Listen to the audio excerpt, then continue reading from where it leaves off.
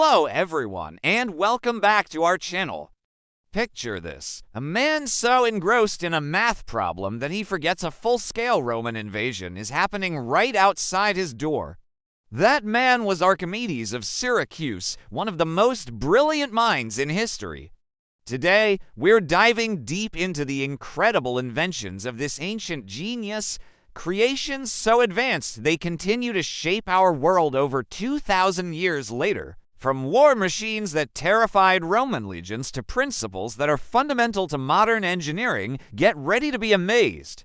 So, who exactly was Archimedes? Born around 287 BC in the bustling port city of Syracuse, Sicily, he was more than just a mathematician. He was an astronomer, a physicist, an engineer, and an inventor all rolled into one. His work was so far ahead of its time that it feels almost like science fiction. He wasn't just solving theoretical problems. He was applying his knowledge to solve real-world challenges, changing the course of history in the process. Let's start with perhaps his most famous story, the Eureka moment. The king of Syracuse, Hiero II, had a problem. He suspected his new golden crown wasn't made of pure gold. He thought the goldsmith had mixed in some cheaper silver. But how could he prove it without melting the crown down? He tasked Archimedes with the challenge. Pondering this, Archimedes stepped into a public bath and noticed the water level rise as he got in. In a flash of insight, he realized that the volume of water displaced was equal to the volume of his submerged body. This was the key. He famously leapt out of the bath and ran through the streets, shouting Eureka, which means I've found it. Here's how he solved the crown problem. He knew that gold is much denser than silver. So, for the same weight, a pure gold crown would have a smaller volume than a crown mixed with silver. He first took a lump of pure gold and a lump of pure silver, both weighing the same as the crown. He then submerged each one in water, measuring how much water was displaced.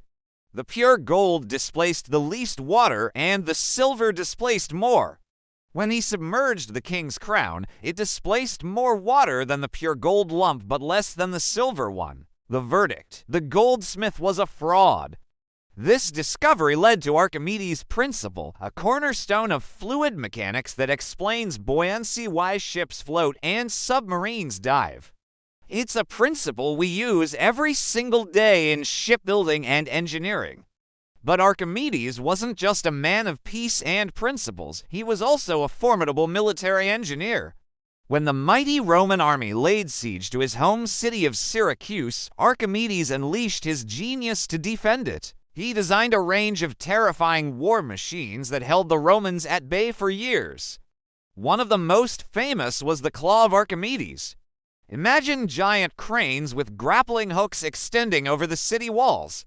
These claws would grab onto Roman ships, lift them out of the water, and then either smash them against the rocks or drop them, causing chaos and panic among the invaders.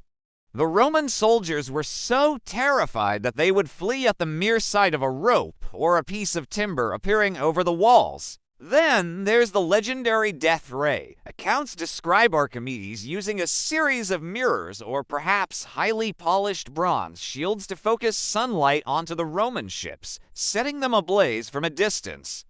For centuries, people debated whether this was fact or fiction. Could it actually work? Modern experiments, including one by the show Mythbusters, have shown that while it's incredibly difficult, it is theoretically possible to ignite a ship this way under perfect conditions. Whether he actually did it or not, the story itself shows the immense reputation Archimedes had as an inventor capable of seemingly impossible feats. Beyond warfare, Archimedes' inventions had a profound impact on daily life and industry.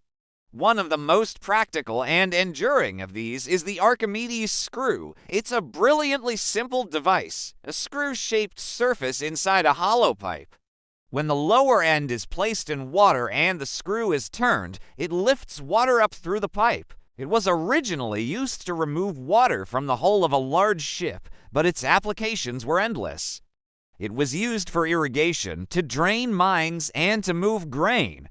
Today, modified versions of the Archimedes screw are still used worldwide in wastewater treatment plants for moving viscous liquids and even in some modern irrigation systems. It's a perfect example of elegant, efficient design that has stood the test of time. Archimedes also gave us the principle of the lever. While he didn't invent the lever itself, he was the first to mathematically explain how it works. He famously declared, "Give me a place to stand, and I will move the earth." This wasn't just boasting. It was a statement about the incredible power of leverage. He understood that with a long enough lever and a firm fulcrum, a small force could lift an immense weight. This principle is fundamental to almost every machine we use, from a simple pair of scissors and a wheelbarrow to complex cranes and hydraulic systems.